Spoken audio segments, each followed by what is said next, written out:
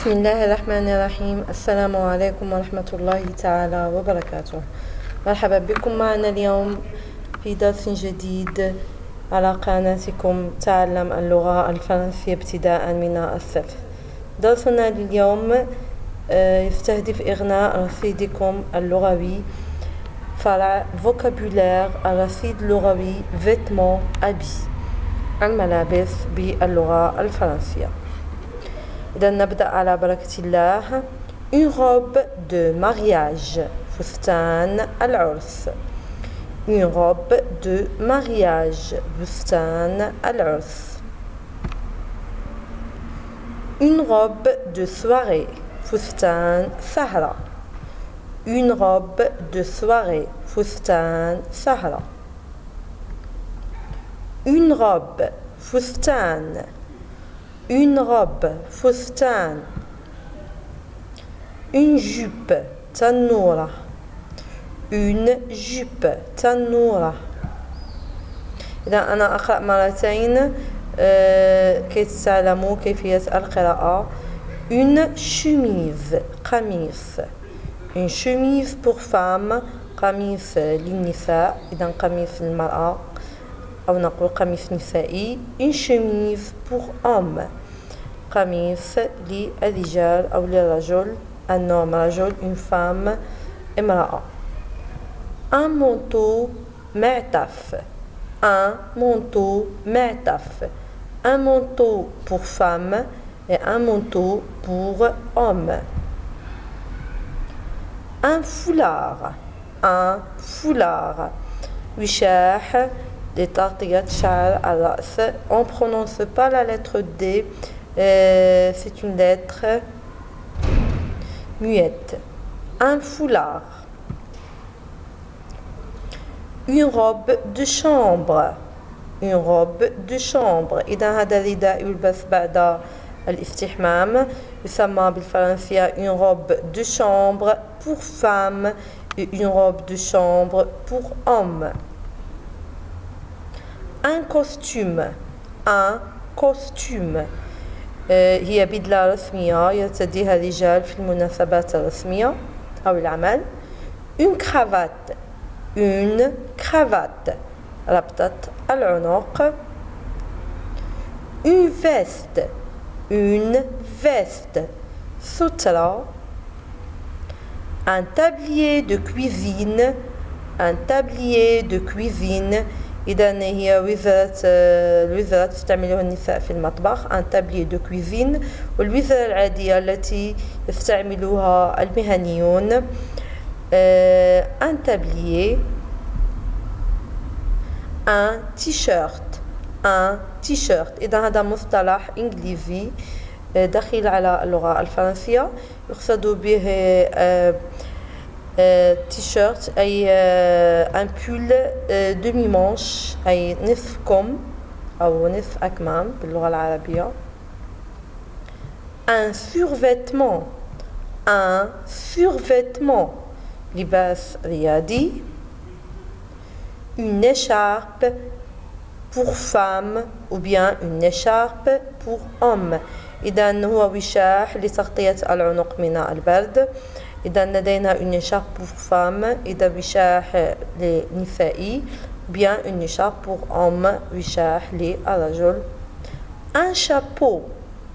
un chapeau قبعة. هنا قبعة نسائية. une casquette. une casquette. إذا هذه أيضا قبعة قد تكون للمرأة أو للرجل. des pantoufles. des pantoufles pour femmes et pour hommes. إذا هذا نعل شتوي يلبس في المنازل.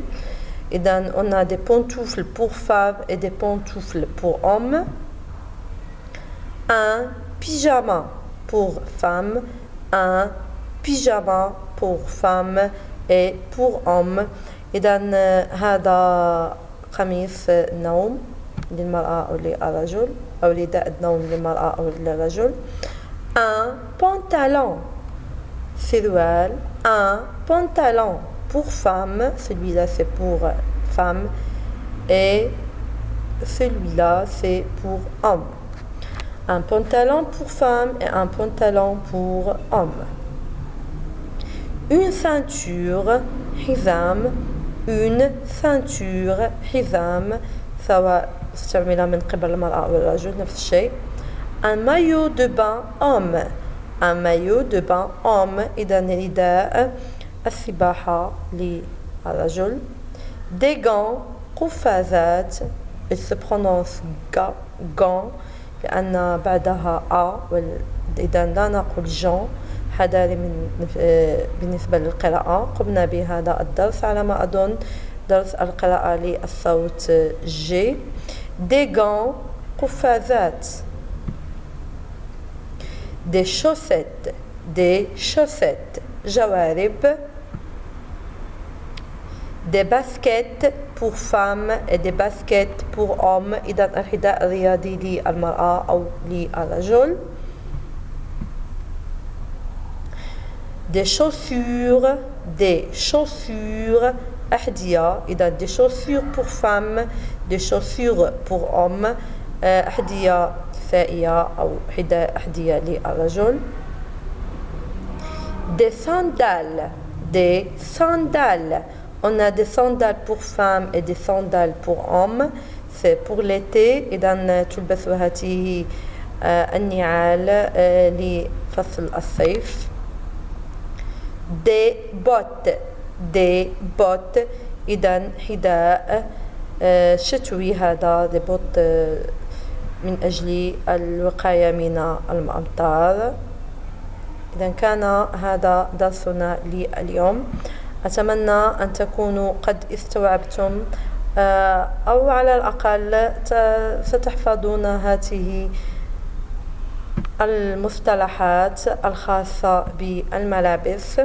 وضعت هذا الدرس تمهيد لدرس في التواصل un cours de communication. إذن درس التواصل سأوظف فيه هذه المصطلحات.